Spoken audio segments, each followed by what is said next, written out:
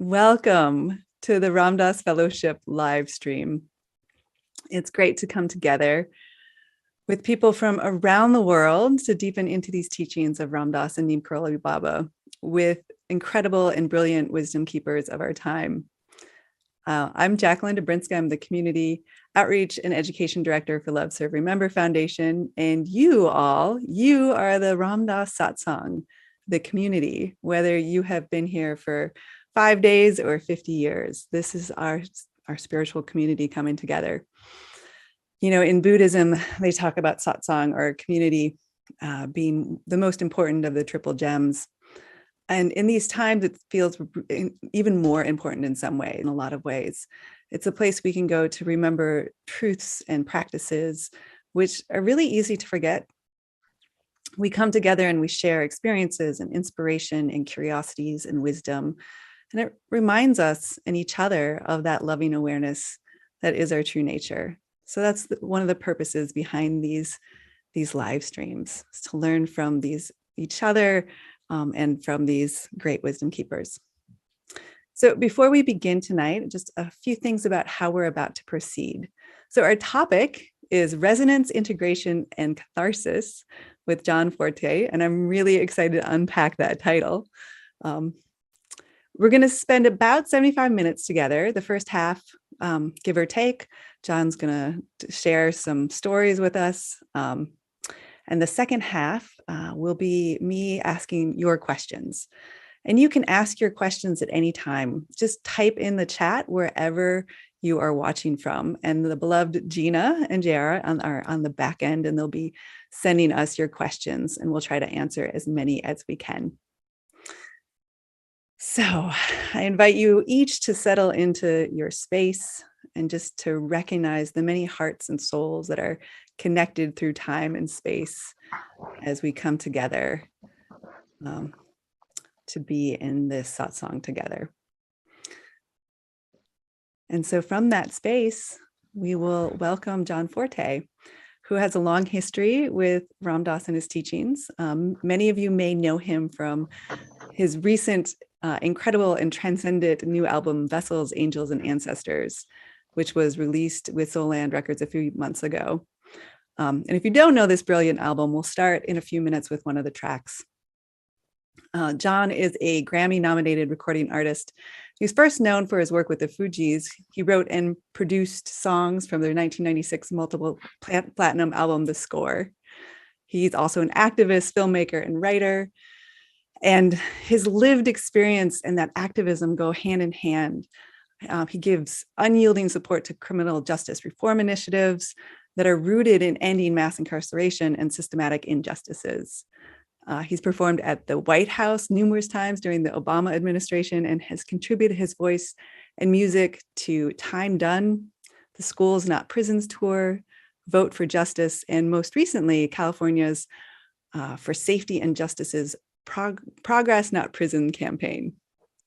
So albums and films and soundtracks and fashion shows, to the Brooklyn Nets theme song and creative direction for cannabis brands, scores for broadcast television, and much more. John's art has always complemented powerful and impactful storytelling. So let us all shine some energy and light as we welcome John to the fellowship to tell us stories and talk about resonance, integration, and catharsis. So welcome, John. It's so great to have you here. Thanks, Jacqueline. Thanks for having me. Thank you to the fellowship for having me this evening. I hope that I'm transmitting loud and clear, and I hope all is well. Yeah, it's good to be here. Good. So I'd love for you to start by just sort of unpacking that title for us, Resonance, Integration, and Catharsis. Resonance, integration, and catharsis. I think that it sounds a lot more complex potentially than it is. What I'm attempting to unpack is the process, how the wisdom and the teaching of Ram Dass in particular surrounded me, and how I encountered it. So I think that, like all things, time, Einstein said that the only reason that time exists is so that everything doesn't happen at once. And so, Mm. um, through lived experience, we have the opportunity to have this accordion unfolding of of of of experience, of breath, and depth. And in my younger years, when I was fresh out of the gate and on top of the world, and um, experiencing life in that way, that was that was a trip in and of itself, and um, it was a ride. Uh, it was everything that the bio, I think, is supposed to hint to, the sizzle and the salaciousness of of of of impact and of community, and especially when you're talking about being a creative and then having the opportunity to sing songs and for folks to gather together in very, very large numbers. That's special. It's special um, to be up on that stage. It's special to be in the audience. It's special to be present, to partake in that. And so, during those years of me getting tuned in and turned on to life outside of reality as I knew it, being a kid from Brownsville, Brooklyn, and then going to boarding school in New Hampshire for 4 years, and then coming back to New York City. Um, I, I didn't get on my first plane until I was 16. So I was a late bloomer, at least in my own mind, for um, seeing what was out there. But rest assured, I think when that opportunity, or when the opportunities presented themselves for me to um, see more, and do more, that that happened in an electrifying um, way, until the until it all came crashing down, until my first failure, Mm. until my first taste of um, the underside Mm. of success, or at Mm. least success as I envisioned it. Mm. And it didn't happen overnight. Like all things, again, there's a process to go from that opening line of the bio to being, a Grammy-nominated producer or recording Mm. artist, to then looking at a sheet of paper that says, the United States of America versus John Forte, finding myself involved in a criminal enterprise, and Mm. the House of Cards having fallen, and looking at a very, very uncertain, um, bleak Mm. future. Mhm. And in 2001, uh, in a federal courthouse in Houston, Texas, I was found guilty of possession with intent to distribute a controlled substance, and I was sentenced to 14 years in a federal prison. And it was a first. It was categorized as a first-time nonviolent offense, um, with pretty harsh consequences. 168 months in prison, 14 years in prison. Uh, and that was, like I said, 2001. That was autumn of 2001, 6 days before 9/11. Mm. Um, I was in a cell in Houston, Texas, when 9/11 happened, uh, 20 almost 22 years ago. Uh, And it was during that time in prison when I was, the opportunity to grow never stops. The opportunity to engage never Mhm. stops, Mhm. irrespective of location and almost always circumstance. Um, but again, there's a process. There's a process. So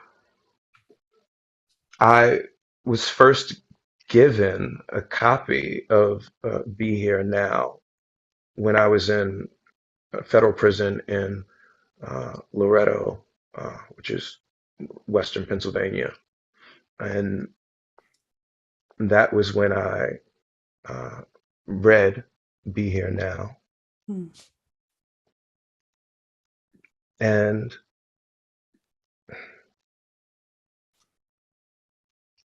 I'll go back to the title, um, resonance. There's resonance and reception.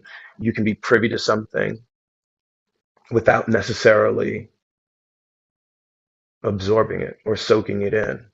Mm. And so I'm relatively certain that the first time I read Be Here Now, that while and there was definitely resonance, the reception the reception took some time. It took some time relative to when I, closed that last page to when I wanted to hear his voice. Mm. It's when I wanted to, see his face. Um, and that actually happened many, many years later. So the seeds were planted, Mm. I think, in that first encounter in this iteration. Um, but it had to take its time to germinate, to gestate, uh, to take root. And it wasn't until I was home, many, many years later, in fact, um, I'd probably say almost a decade later than when I first read Be Here Now, um, that I returned to what had grown from, um, call it an interest. Mm. Um, Again, that flicker of resonance into something that was more compelling, Mhm. something that uh, that called me even more. You might even just say a more profound resonance, a magnified resonance. So there are levels to it, and it's like a sweet melody or the hint of a song for me, um, before it becomes something grandiose. It's in its simplest form, it's that thing you hum. It's that thing that you have in your pocket. It's that thing that you can keep close to your chest. It's simple and it's yours. It's a phrase. Be here now. But the lived experience, right? When you really start to get into the grit of what it means, or the power that you possess in owning this this nowness, rather than, and I mean, this is something that I relate to when I think about how it feels. Um, the angst of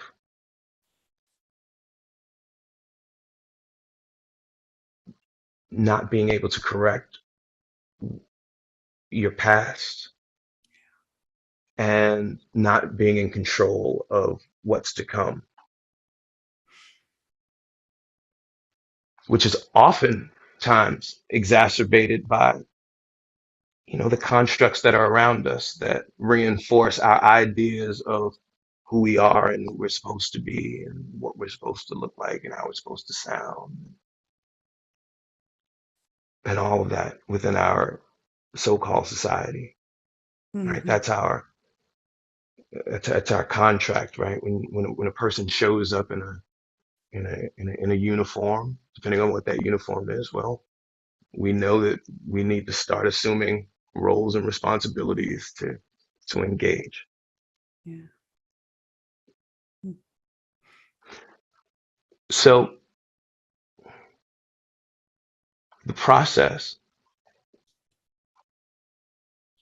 where art inspires life, life inspires art, uh, for me has always been put it into a song, put it into a song, put it into a song. If I really, really want to talk about it, if I really, really want to um, preserve it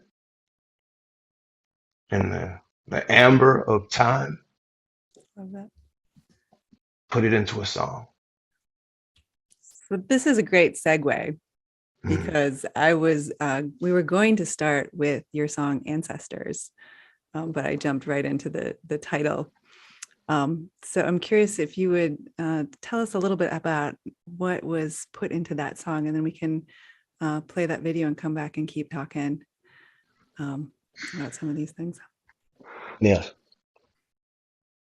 Ancestors is, and I love the fact that we get to begin with Ancestors because Ancestors is the last song on the new album, Vessels, Angels, and Ancestors. And in many ways, it began the album process because the track itself came from a very, very dear friend of mine, Emil McGloin.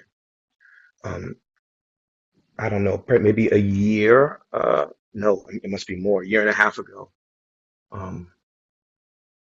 Emil sent me a few emails. He said, I'm working on some new music. Let me know if anything speaks to you. And the first track that he shared with me was Ancestors. And I said, wow, this is powerful. It was him on guitar and even though there weren't many tracks,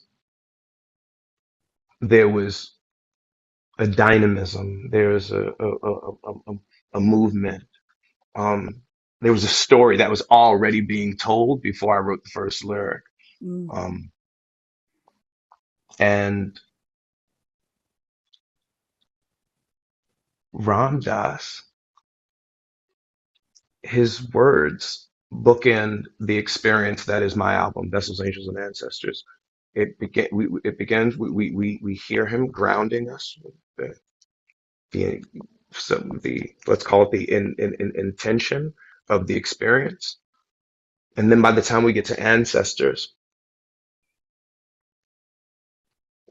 he ties it up in this bow of divine love, reminding us of our true selves. And so that's what Ancestors is about. Love it. JR, would you be willing to play that?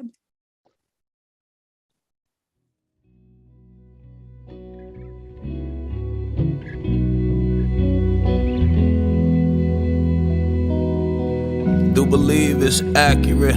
It's never not happening. The current is all flows on which we are traveling.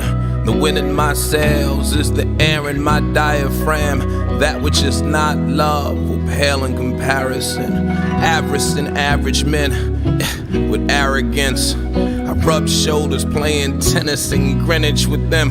Life is just a game trying to beat 10% of them. Rinse, wash, win again. P7.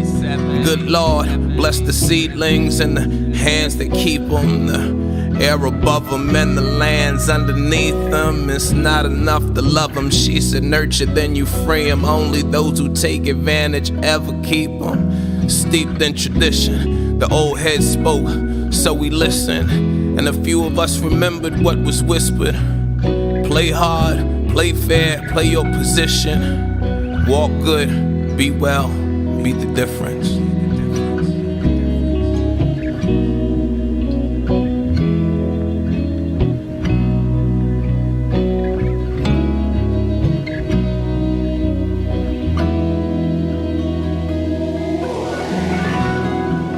Who you are is beyond time, beyond space, without form, without limit. In truth, there is nowhere where you are, and there is nowhere where you are not. Who you are in truth is invulnerable. You always were, you are, and you always will be. You are the Ancient One. There is no name for who you are.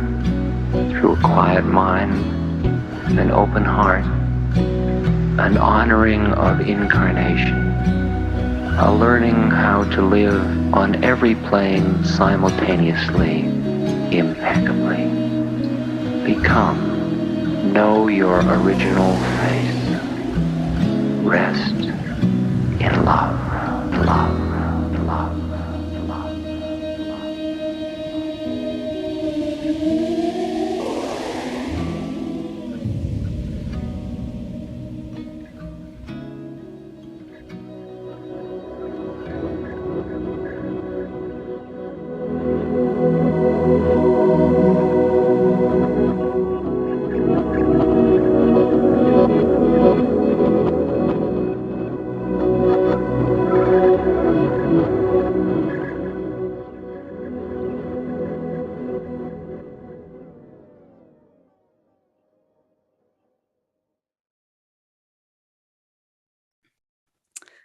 Those lyrics are amazing. I love the who you are is beyond time, beyond space, without form, without limit, and the resting in so many of it. So thank you. That was lovely to hear. You know, one of the things you were talking about, going from Grammy-nominated artist to seeing that sheet of paper. And I think about John of the Cross and going through a dark night of the soul while being imprisoned. And this idea that there's sort of this collective dark night that is happening for so many people. And that often those dark nights lead us to these deeper places where we get to experience, where we're beyond the way we know ourselves. And so when you talk about resonance, I think there's a lot of people that can resonate with that experience. But there's the integration piece, and I'm curious if you could talk a little bit more about the integration piece of that experience. Yeah. Oh, as far as the integration goes, it's what I was talking about in terms of putting it into a song. Mm-hmm.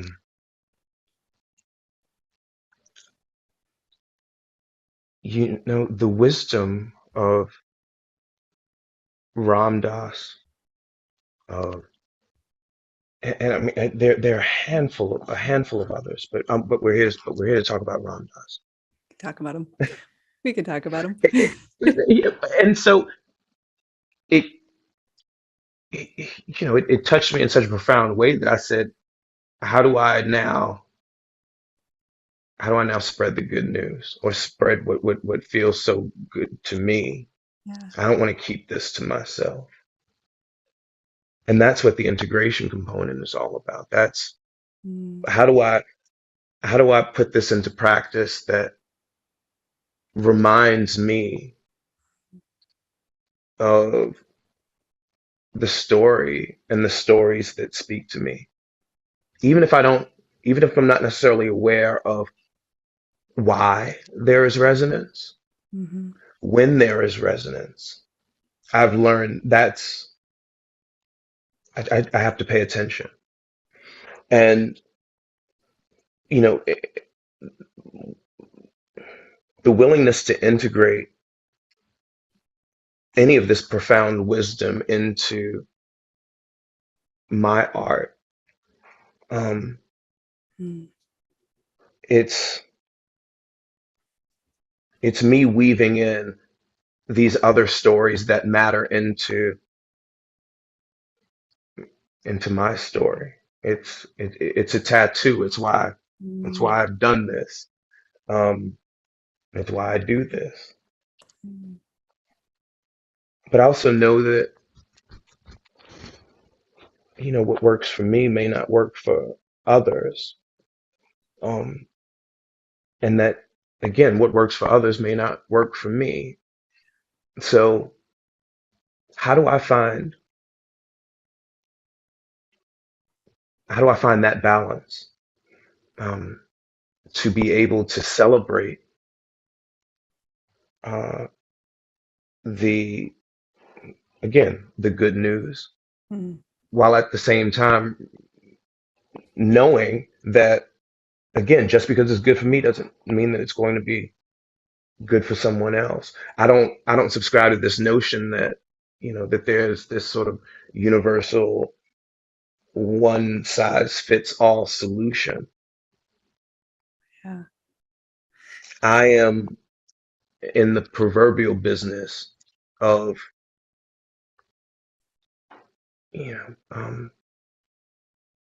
having extreme, compassion for what I'm seeing, bearing witness to, um, from the inside out, but at the same time realizing that all of that is always contingent upon how I first and foremost feel Mm. about myself in the process of the experience. How am I approaching this role as observer? Am I Yeah. doing it playfully? Am I doing it with a chip on my shoulder? Am I doing it from a place of fear? Am I doing it from a place of love? All of that tints how we're going to share in this space together, how I show up. Yeah. And so getting back to the original question, integration. Integration for me reminds me it's aspirational. Some people might want to aspire for things which are cool because that's part of the experience. But I'd like to put in these pearls of other things, right? Like vibrational aspiration, Love it. Yeah. and there are certain words and phrases and melodies that feel better for me. And at this point in my career, um, that's the art that that I'm called to make. Uh, so that's the integration component of it. I love that. I love that you bring up the like the art as a practice. I think it's really easy for so many of us to get into the idea that practice is like spine straight, some sort of discipline with some rigidity. But this idea, I think of all of the artists that share their paintings on the Ram Dass sites. You as a musician bringing this art, like it comes through in so many ways, and that art being that practice as well, dance being a practice, however that comes through. Well, to that point, I mean, it's really Zen, right? Like I say on the album, it's never not happening. When I was listening to the album in its entirety from beginning to end with Raghu Marcus, a dear friend and executive director of the foundation, who decided to support this by way of creating Soul Land. I was speaking to Raghu about this, and I said, Raghu,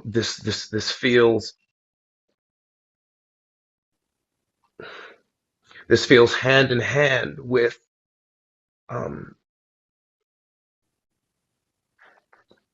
the way of mindful awareness. And he says, yes, it does, but don't forget the love, right? Like it's one thing to have the mindful awareness, to know that, well, here's my in breath, here's my out breath. Well, that is special. That is special, to be so present that you can access that. But what Raghu reminded me in flipping that switch of, don't forget the love. That's the secret sauce here. Yeah, it really is. Right? Because I can observe the turmoil, I can observe the suffering, and I can observe the joys, and I observe the triumphs. And I can observe. But if I don't have that observation rooted in love, well, then I lose out on a whole lot of why I chose to participate in this experience this time. Yeah. So yeah, that actually is the sort of natural segue into what happens after the, let's call it successful integration of this wisdom into the art, where I've now fused and paid tribute and had a public conversation in which we held hands, right? That's what this album feels like. It feels like holding hands with Ram Dass walking down the beach. And so with that, even when I'm slumped over and I'm at my, I'm at my worst, that still exists, and that will always exist. But it's the opportunity to be able to lean back into that vibration, back into that experience, as much, as often as I want or need to. But the catharsis, the freedom, the liberation that happens from the experience of the conversation, the experience of the union, the song, the community.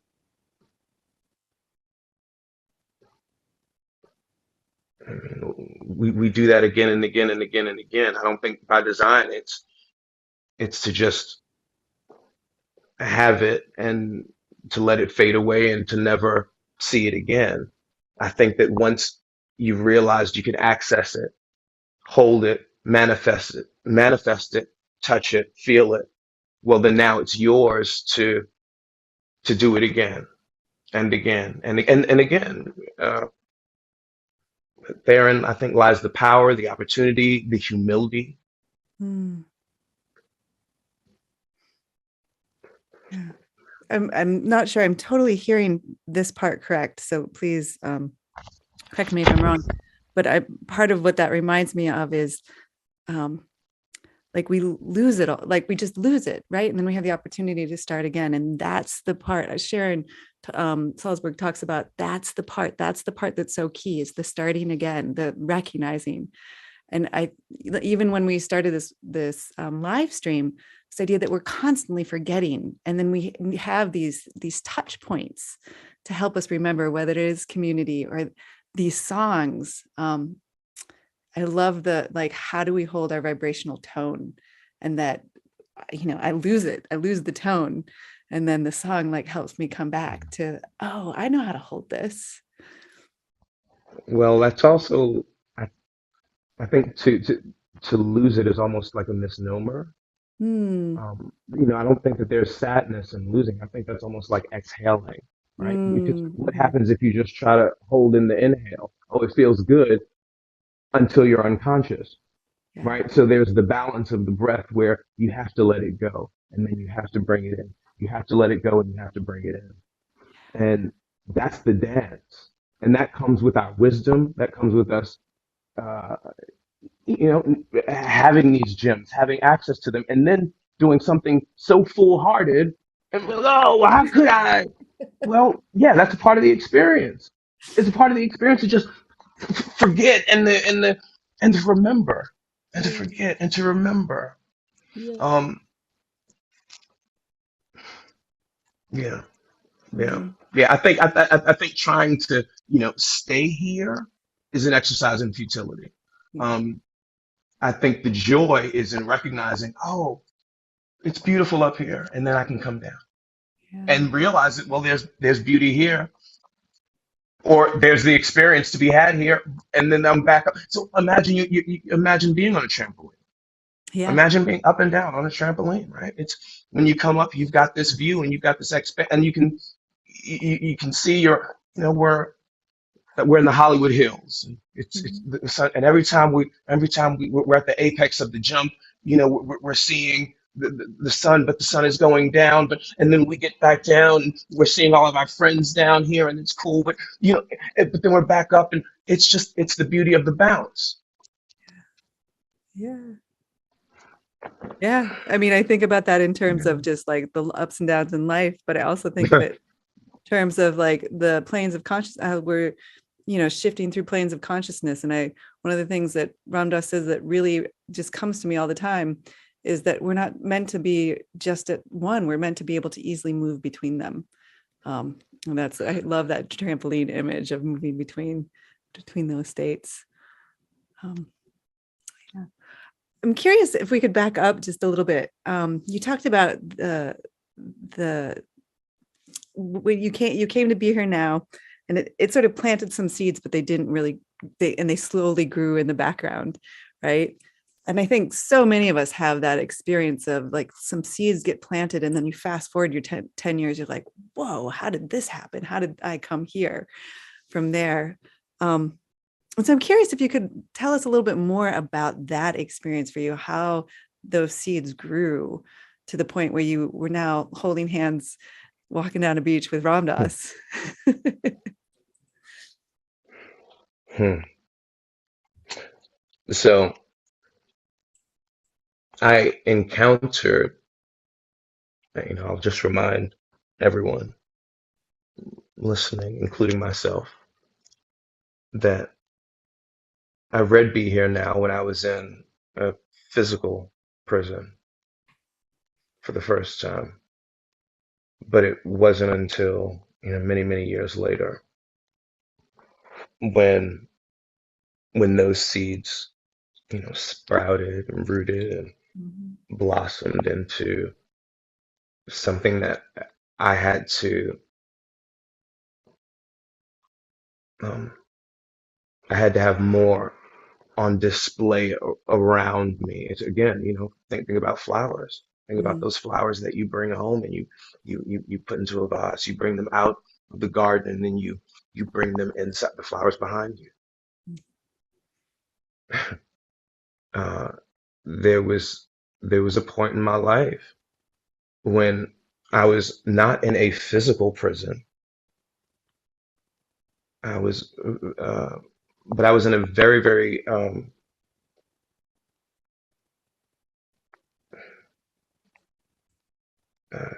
uh, analogous state of not knowing, of despair, of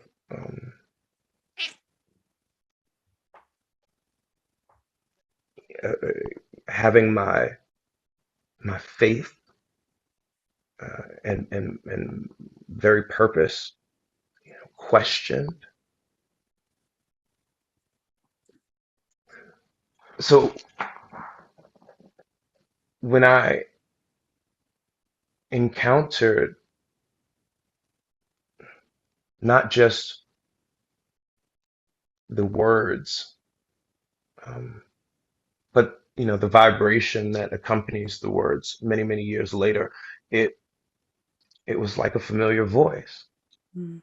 That's that's that's it. It was like a friend calling you. It was like a friend calling someone that you hadn't seen in God knows how long, and it doesn't matter, but you heard their voice and you said, "Oh man, well," and then one thing leads to another, and you realize, well, you do have time to have lunch. And then at that lunch, you have a conversation and you realize, well, okay, well, now I do have time after the lunch to keep this conversation going, and you speak more and you can lean more into that relationship. So that's what the the I wouldn't even call it the reacquaintance, but that was when the uptick in the Mm. resonance. Um, that's what it felt like for me. That's when I felt duty bound to Mm. honor it by incorporating it into what I do. Yeah. And you talked about the integration in incorporating that through the music, but you also do a ton with social justice.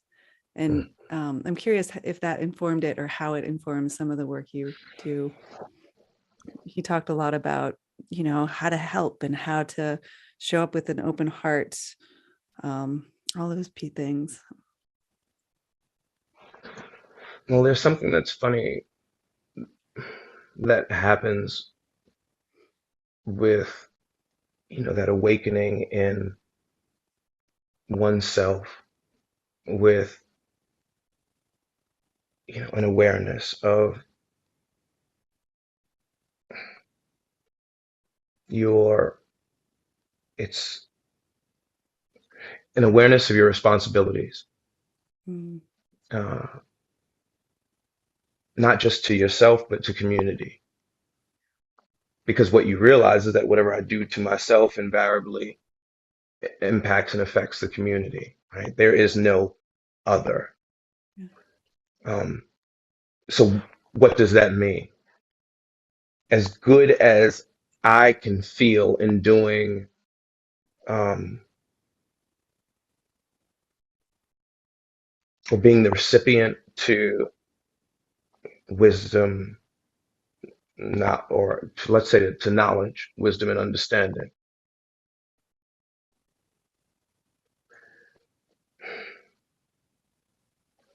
life is still transpiring outside of of, of what's happening, um, in my person, in my household, in my space. So now, just to back up just a little bit, we can walk and chew gum at the same time. We, doing this work, and this is the real beauty of it, right? Mhm. The more that you work on yourself, the more that work um, does what it needs to do, Mm. um,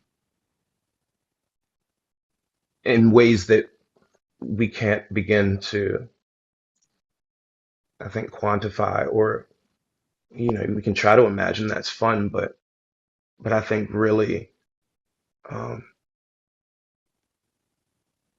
the work begins here, but it doesn't stop there. Where it goes from there is, it's anyone's guess. I, you know, what I do in the realm of criminal justice reform or activism pales in comparison to what some friends of mine who have boots on the ground are doing 23 out of Mm, 24 hours of every day. mm, I am humbled mm, by their efforts, mhm. by that sort of commitment to activism.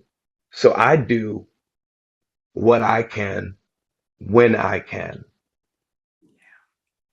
and that has to be enough. Yeah. It it there's no one right way to it. There's there's no one quick fix solution. Yeah. Um, but it is an exercise so worth doing that I've done it a million times. Yeah. That's great. Yeah. It reminds me of this the hero myth, that often we look at so there's all the people dedicating 23 hours, like their incredible work. And then often there's like the person we see who stands up for an issue. And there's the hero myth of like, that's the person that did it. But there's all the people in the background making the flyers and, the phone calls, and there's so many pieces to a movement, and that each of us has a part to play in that. And we often, I think, get so caught in the idea that we have to be the hero that we forget how important all of those other pieces are in every Who, single movement that's ever happened. I mean, to that point, who's not the hero in the movement? Yeah, exactly. Who is not the hero? The person who's making the signs, the person who's handing out the food, the person who's putting the strategies together. Like everyone in the movement is so heroic. Yeah. And so you look to your left and you see that power and that strength and that energy, that fervor. You look to your right and you see that inspiration, that dedication, that commitment. And we're reminded of our greatness. Yeah. And yeah, to not discount the parts that we play, which is Yes. we're all so important. And so that's breaking down that myth, I think, is so key.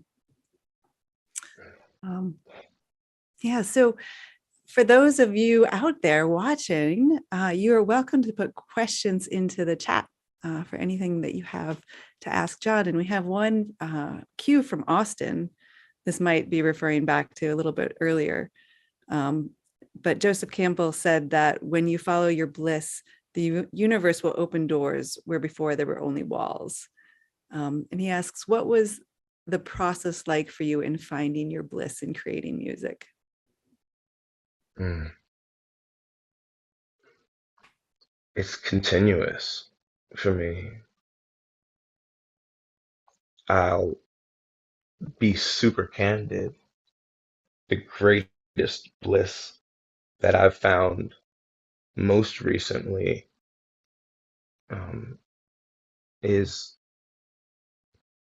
after meeting my children and the ability to honor them and celebrate them and leave messages for them in song. Mm, Um, I think it's something that I always did, mm, um, as again as a thought exercise, but it wasn't. Oh man, being is believing. A song that I released in 2020. Um, it's a direct ode to my children, and while there's bliss, there's also that knowing that that parental knowing, right? That you will nurture and you will love so deeply.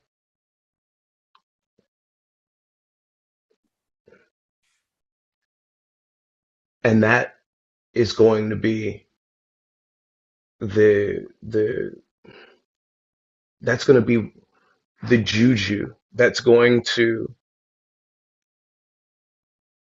you know, that they'll be able to pour into their wounds, that that they'll be able to lean on when the world is less compassionate and harsh. But you also realize that in the wars that they will have to fight, that there'll be growth, that there'll be understanding, that there'll be empathy, that there'll be love, that there'll be, you know, their own opportunity to expand. Mm. So I think in the question of, you know, again, back to the question of, you know, what is it like to perhaps explore, you know, bliss in the creative process. Bliss, you're exploring bliss in the creative process doesn't come without exploring pain in the creative process, because they go hand in hand. So I am extremely grateful for the opportunity to explore bliss, especially at the sides of my children. But that does not come without wrestling with the world that they'll have to know and experience, whether it's a hotter world, whether it's, you know, the theft of, or the continued theft of black and brown bodies, whether it's uh, the trauma of the continued trauma of a pandemic, whether it's, again, right, like all of these things that exist, that will exist, but they'll have to have, and we will have to have, a North Star, a place to come back to, that does exist as well. And that's what I think I'm trying to do here and now, to breathe as much life into Mm. these safe spaces, into um, into these vulnerable spaces, into these honest spaces, uh, as much as I can, because the construct is going to do what the construct is going to do. Yeah. That's the job of the construct. Um, but then, you know, again, everything's not for everyone. So what I'm doing with this stuff is antithetical to that, but I'm okay with that. Yeah. Who it hits. It reminds me, and I'm going to butcher this quote, so I'm sure there's people out there that can correct me with what it exactly says. But there's this quote that comes to mind of Ram Dass. If it's going to be the apocalypse, my job is to be present and keep my heart open. If it's going to be the enlightenment, my job is to be present and keep my heart open. And it feels like that's part of what you're doing with the music, is just that reminder: be present, keep your heart open. So James asks, and it sort of weaves into what you were talking about, this idea of what is to come, and what your kids will inherit. And, you know, how do we deal with fear and loss in our life? He specifically asks, how do you deal with fear and loss in your life? And I think we've talked a lot of some, but I didn't know if you wanted to add anything to that specifically. There's a song on the album. It's the second song on the album. It's called Begin Again. Mm. You're talking about that notion. The first line of that song is as follows: in the presence of grace and grief, the sun rose again, we face the east.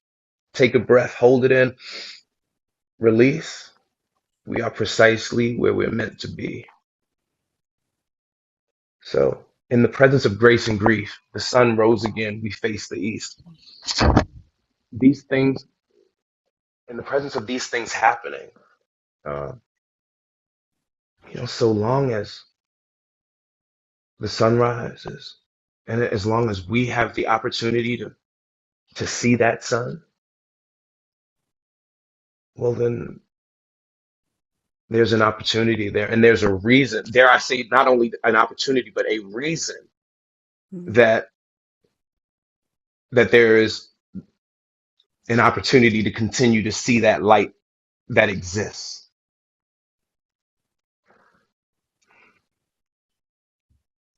So there's that, but then there's also the knowing that uh, that the most infinitesimal particle of eternity is still eternity. Mm.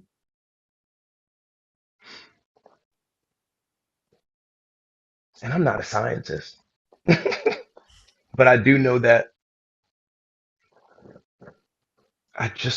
and I know that we're made of the stuff of the stars, right? So there's this pursuit right now to go far out. I mean, that same pursuit is, going far in. Yeah. So the loss, the tragedy, the trauma, that's part of it. And I'm going to tell you a little quote. It's almost like a mantra of mine Mm. when when I'm face to face um with something that feels like that. Thank God for the 20-degree days that make the 40-degree days feel like 60-degree days.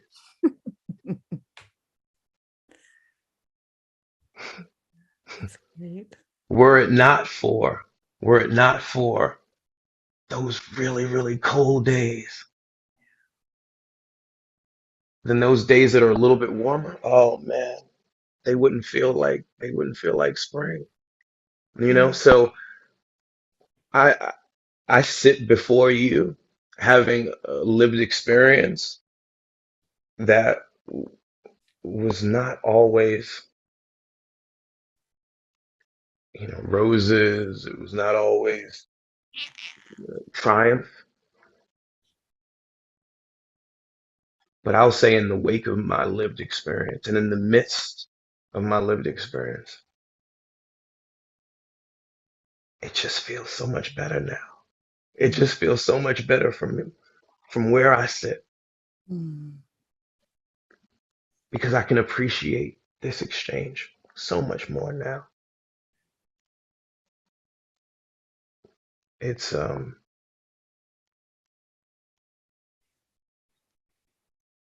it's tastier, it's more delicious, it's richer, it's more vibrant. Mm.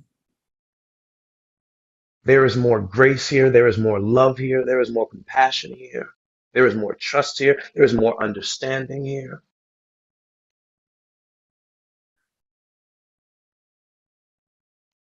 So Makes a lot of sense. Thank you. Um, a couple of more questions are coming in. Errol asks, what teachings in Be Here Now had the biggest impact on your life and way of thinking?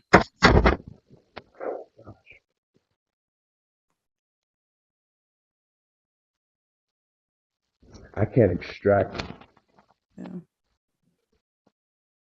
one thing other than, well, I think that I think it actually comes back to, and I don't know if this was in Be Here Now, but well, it's the name of the foundation, and it's kind of Ram Dass's walking orders, right? To love everyone, to serve everyone, and to remember God.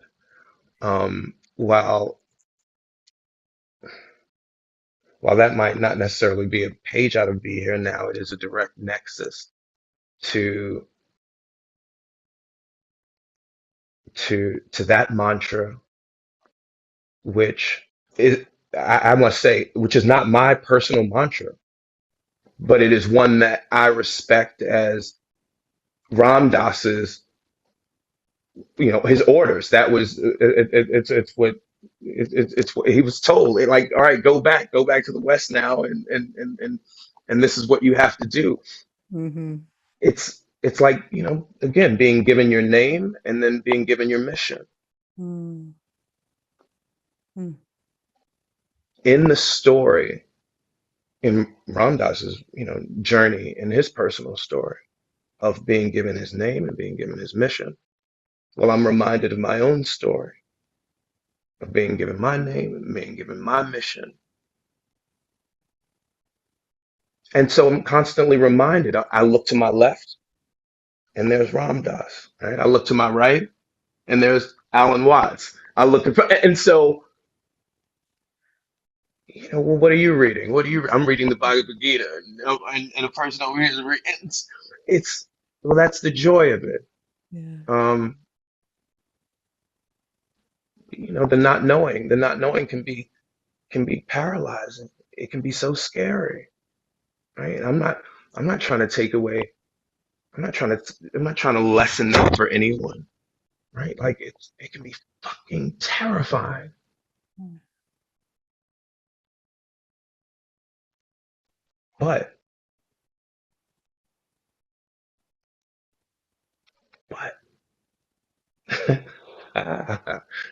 and that's what I want to lean into, right? Like I want to lean into the what, but it could also be. I want to lean into what it could also be, and that, yeah, it might be a more difficult practice in a time of, you know, but it doesn't make it any less worthwhile or any less inspiring or enlightening or euphoric or humble, all of it. Mm-hmm. It's one of those things. It's like, don't knock it till you try it.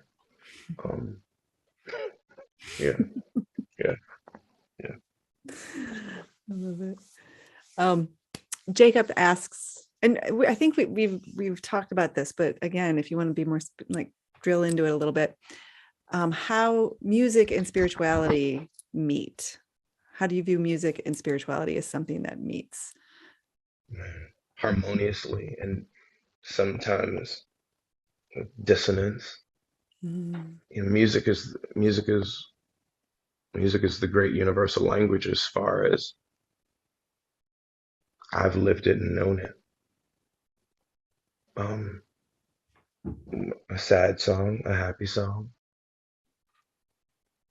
Music is and has been the great companion piece for me. And I wanted this album, Vessels, Angels, and Ancestors, to be a companion piece to others in the way that music indefinitely has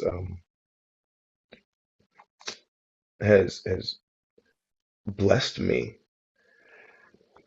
So music and spirituality, they're imbricated into a tightly woven, everlasting fabric.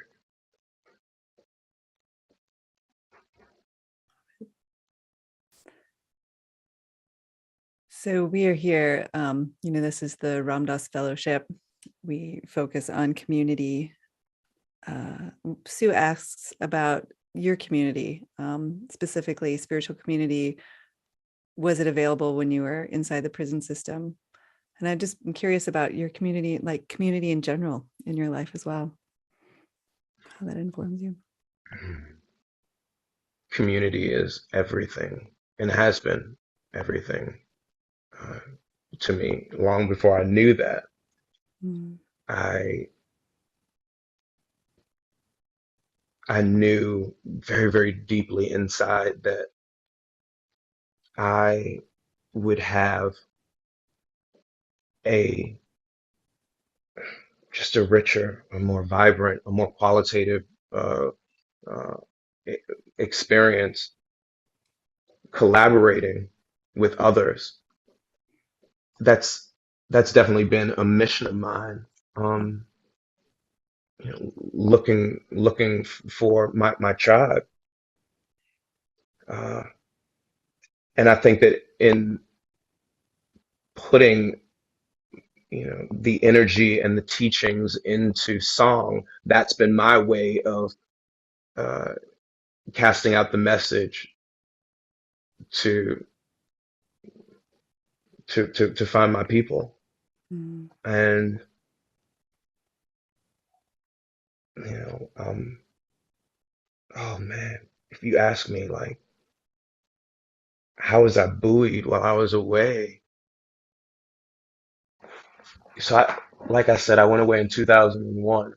In 2002, I came out with an album called I John. Which, so this is it's the 20th anniversary of I John. I'd like to re-release that album this year because it's not available. Um, it's not available anywhere. It's available on, if you have a CD, you have it, but it's not. You can find it, you know, some songs on YouTube. But I released that album without being able to promote it because I was in prison.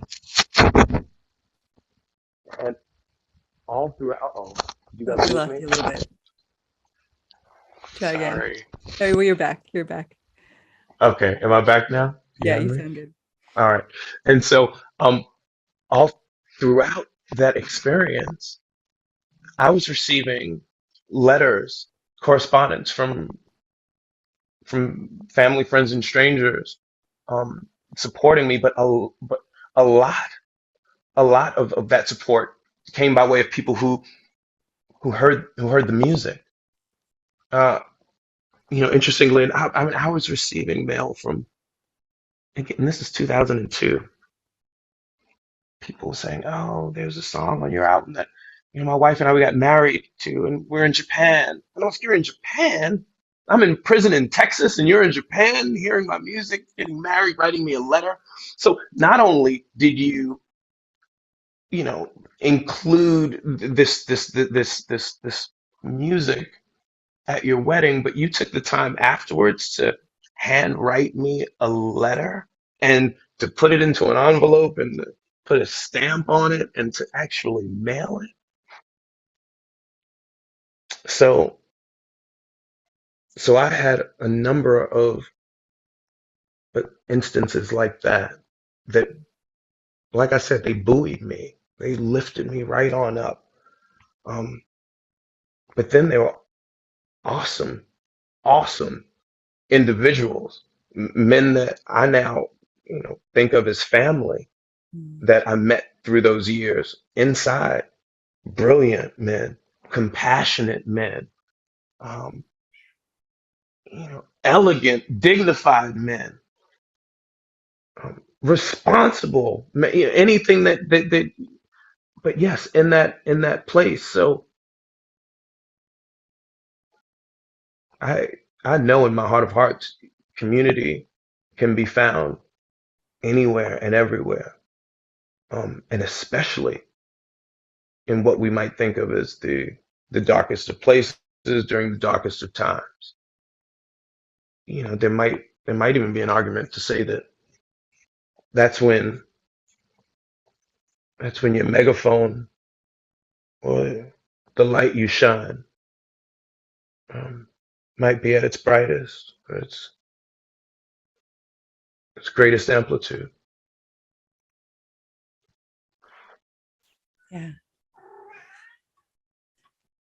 So we're coming to the end of being together in this community satsang event. So grateful that you're here and part of this community and buoying up this community with your music.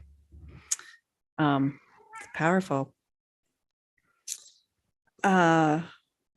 When you brought up the Bhagavad-Gita, and the last thing you said about light and darkness is a theme that sort of runs through the Gita. And I just wanted to mention to everyone to keep an eye out. In a couple of weeks, we're going to be launching a course, Ram Dass talking about the Bhagavad-Gita. So it's been really rich to be going through that archival material. So I hope people will check that out.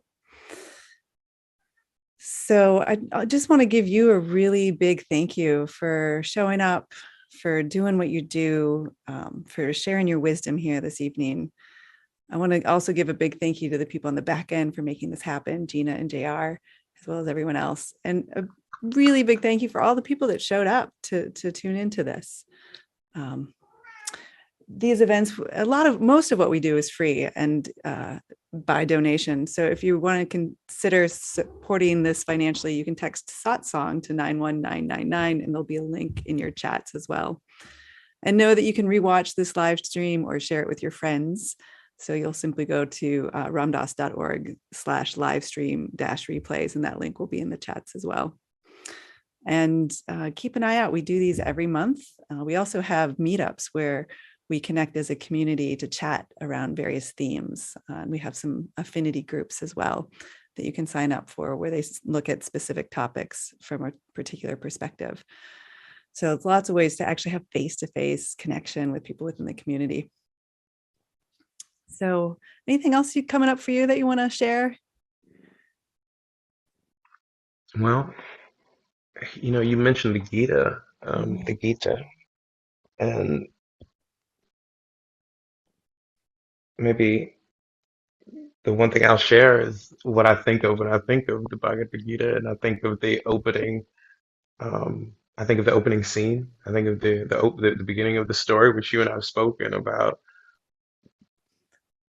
But it's also, the beginning of that story is something that I think of often and remind myself when I'm going through it, whatever the it is.